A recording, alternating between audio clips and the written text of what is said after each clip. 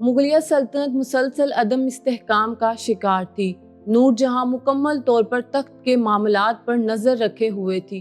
खुसरो मिर्जा पहले ही बाप के गैज़ो गज़ब का शिकार होकर तख्त के दौर से दूर जा चुका था। अब नूर जहां की नज़र शहजादा खुरम पर थी, जो शहरियार मिर्जा के मुकाबले पर तख्त के हसूल के लिए आ सकता था। शहजादा खुरम कौन था? नूरुद्दीन मोहम्मद जहांगीर अपने ही खून का प्यासा क्यों था? जहांगीर को अपने ही बेटों से खतरा क्यों लाहक था? मोहब्बत की अलामत ताजमहल बनवाने के पीछे क्या कहानी थी? कोहे नूर और तख्ते ताउस का मालिक गुर्बत में जिंदगी गुजारने पर क्यों मजबूर था? ये सब और बहुत कुछ आप जान सकेंगे आज की वीडियो में।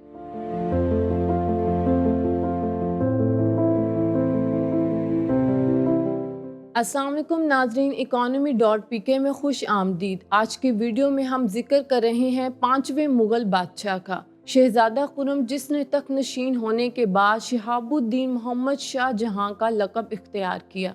1592 में लाहौर में पैदा हुए शाहजहां शुरू से ही अपने दादा अकबर का लाडला पोता था। अकबर ने इसका नाम रखने के बाद इसकी परवरिश की जिम्मेदारी रुकैया सुल्ताना को दी।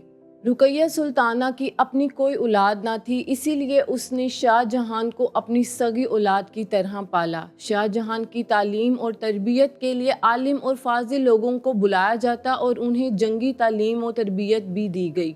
शाहजहां के बाप शहजादा सलीम की अपने बाप अकबर से हमेशा चपकलिश की वजह से शाहजहां की कभी भी अपने बाप से ना बन पाई।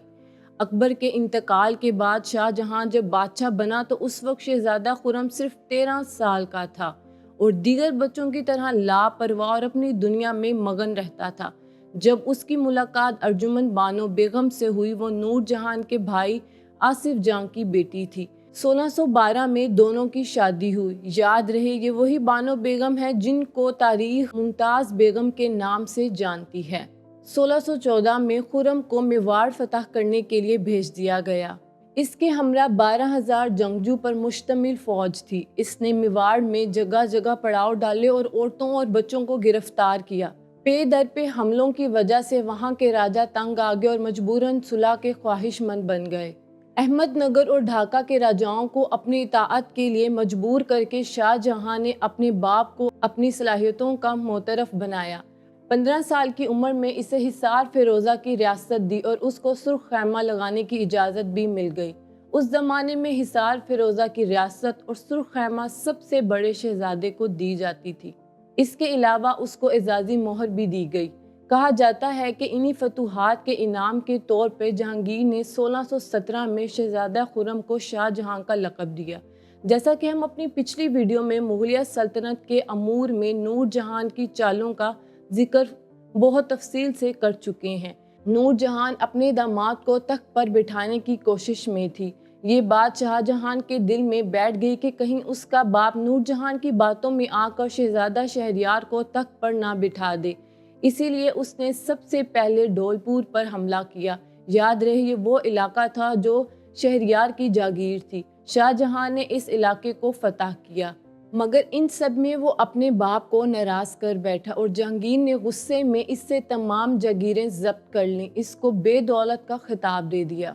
इसी सब के दौरान जहांगीर लाहौर रवाना हुआ तो शाहजहां ने आगरा पर हमला किया और लूट मार मचा दी। इस पर जहांगीर खुद इसके ताक़ुब में निकला और इसी दौरान अपने दूसरे बेटे परवेज़ को सिपा सलार मोहब्बत खान के साथ रवाना किया। ये वही मोहब्बत खान है जिसने नूर जहां के साथ मिलकर खुसरो मिर्जा को रास्ते से हटाया था, जिसका जिक्र हम अपनी पिछली वीडियो में कर चुके हैं।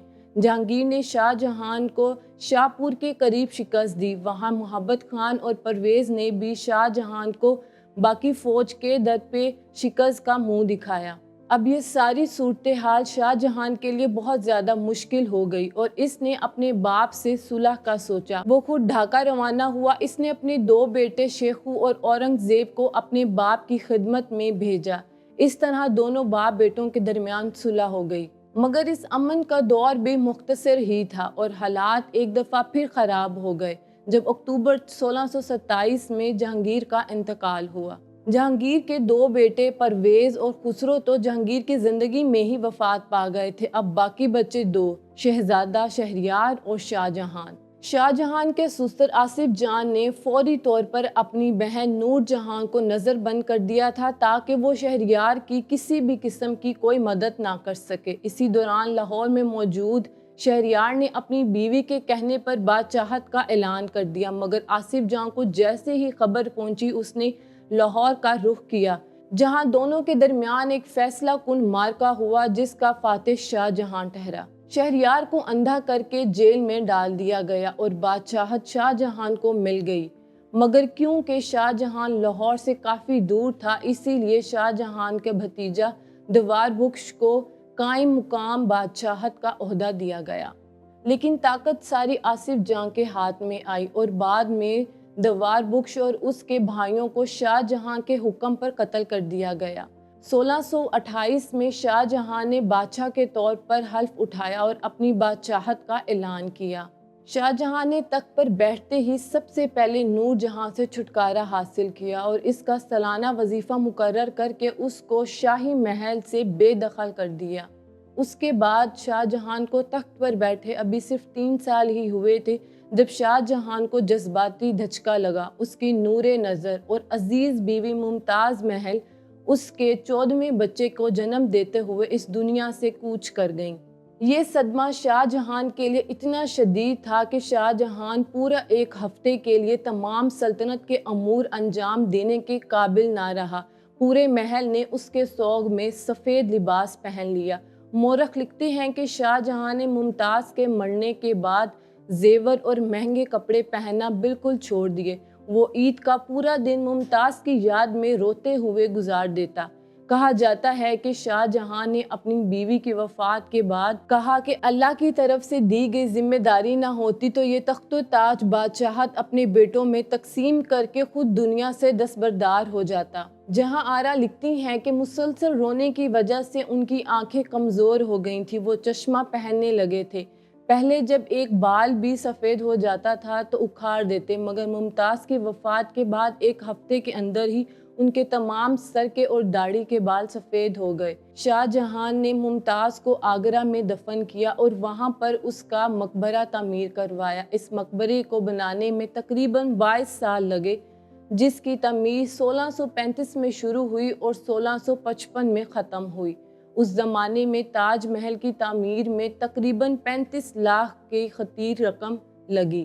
شاہجہاں کا دور حکومت مغلیہ سلطنت کا سب سے خوشحال دور خیال کیا جاتا تھا، کیونکہ شاہجہاں کو ایک وسیع اور پرامن ریاست وراثت میں ملی تھی۔ شاہجہاں ایک پڑھا لکھا اور جفاکش حکمران تھا اور شاہجہاں کے دور میں تجارت، صنعت و حرفت اور فن تعمیر میں بہت ترقی کی۔ شاہجہاں نے اپنے دربار میں غیر اسلامی رسومات کو بالکل ختم کیا اور اسلامی تقریبات بڑے پیمانے پر منانے کا اعلان کیا۔ ثقافت کے اعتبار سے شاہجہاں کا دور ایک آئیڈیل دور تھا۔ سلطنت کے امور اپنے وزیر آصف جاں کے حوالے کر کے شاہجہاں نے تعمیر و ترقی پر دھیان دیا۔ آگرہ کا تاج محل، دلی کا لال قلعہ، لاہور کا شالیمار باغ، لاہور کے شاہی قلعہ میں شیش محل، مسجد وزیر خان اور ٹھٹھہ کی مسجد شاہجہاں کے ہی شاہکار ہیں۔ یہ تو ہیں سب تاریخی مقامات، لیکن کوئی یونیورسٹی، اسکول یا کالج کے بارے میں مجھے کوئی انفارمیشن نہیں ملی جو شاہجہاں نے بنوائے ہوں۔ اب بات کرتے ہیں تخت طاؤس کی، جو شاہجہاں نے اپنے لیے ایک نہایت قیمتی اور اعلیٰ تخت تعمیر کروایا اور اس کو تخت طاؤس کا نام دیا۔ اس کے پائے سونے کے تھے اور دونوں اطراف میں ہیرے جڑے ہوئے تھے۔ اس تخت کو ایرانی بادشاہ نے 18ویں صدی میں اپنے قبضے میں لے لیا تھا۔ اب رخ کرتے ہیں ایک دفعہ پھر سلطنت کی طرف۔ شاہجہاں سلطنت کی تعمیر میں مصروف تھا، اسی دوران اس کے بیٹے آپس میں تخت کے لیے لڑ رہے تھے۔ شاہجہاں کے 4 بیٹے تھے، شیخو، شجاع، اورنگزیب اور مراد۔ 1654 میں شاہجہاں نے شیخو کو اپنا جانشین مقرر کیا۔ اس وقت اس کے باقی 3 بیٹے، جن کو شاہجہاں پہلے ہی دارالحکومت سے دور بھیج چکا تھا، شجاع کو بنگال کا گورنر مقرر کیا، اورنگزیب کو ڈھاکہ کا گورنر مقرر کیا اور مراد کو گجرات کا گورنر مقرر کیا، مگر یہ تینوں ہی شاہجہاں کو اپنی صلاحیتوں سے خوش نہ کر سکے۔ 1657 में जब शाहजहां बीमार हुआ तो अफवाह ये फैली कि बादशाह सलामत का इंतकाल हो गया है, जिस पर उसके चारों बेटों में तख्त की जंग शुरू हो गई। डार शेखू, जो कि उस वक्त दारुल हुकूमत में ही था, उसने पहले ही अपने इक़्तिदार की राह हमवार कर ली थी। उसने आगरा से बाहर जाने वाले रास्तों पर पहरेदार बिठा दिए और उसके बाद इस हरकत से इक़्तिदार की दौड़ में आ गए। सबसे पहले मुराद ने गुजरात पर अपने बादशाह होने का ऐलान कर दिया, सूरत को अपना दारुल हुकूमत बनाया और अपने नाम का सिक्का जारी करना शुरू कर दिया। दूसरी तरफ शुजा ने बंगाल में अपनी बादशाहत का ऐलान किया और ताजपोशी की रस्म अदा की और फौज लेकर आगरा की तरफ रवाना हो गया। औरंगज़ेब इन दिनों में ढाका में मौजूद था और इसने फौरी कार्रवाई करने के बजाय अपनी ताकत को मज़ीद मजबूत बनाने पर तवज्जो दी। औरंगज़ेब ने मुराद को पैगाम भिजवाया कि अभी जल्दबाजी से काम ना ले और हम दोनों मिलकर डार शेखू का मुकाबला करेंगे और माल गनीमत और सल्तनत आपस में बांट लेंगे। इन दोनों की मुश्तरका फ़ौज ने चिम्बाल के मुकाम पर डार शेखू का मुकाबला किया, जिसमें फतह इनका मुकद्दर थी। याद रहे कि शाहजहां इस वक्त जिंदा था और महल में नज़रबंद अपने बेटों को तख्त के लिए खून से खेलते देख रहा था। अब औरंगज़ेब ने चाल चली और सबसे पहले मुराद को रास्ते से हटाया, उसके बाद बाकी दो भाइयों को भी रास्ते से हटाया। शदीद बीमारी की हालत में उसकी बेटी जहां आरा उसकी खिदमत करती थी और बज़ाहिर उसको बादशाह जैसी ही शान शौकत दी गई थी। औरंगज़ेब ने एक यूरोपियन तबीब शाहजहां के लिए बुलवाया। इसके कुछ अरसे बाद ही शाहजहां का इंतकाल हो गया। अब ये कुदरती मौत थी या शाहजहां को जहर देकर मारा गया था, इस बारे में लोगों की मुख्तलिफ नज़रियात हैं। एक तवील अरसा बीमार रहने के बाद शाहजहां 74 बरस की उम्र में इंतकाल कर गए और इसे उस वक्त हुकूमत छोड़े 7 बरस गुजर चुके थे। शाहजहां को ताज महल के मुमताज़ के साथ ही दफन किया गया और इस तरह एक अहद था जो तमाम हुआ। इस तरह की मज़ीद वीडियोस को देखने के लिए हमारे चैनल को सब्सक्राइब करें। शुक्रिया।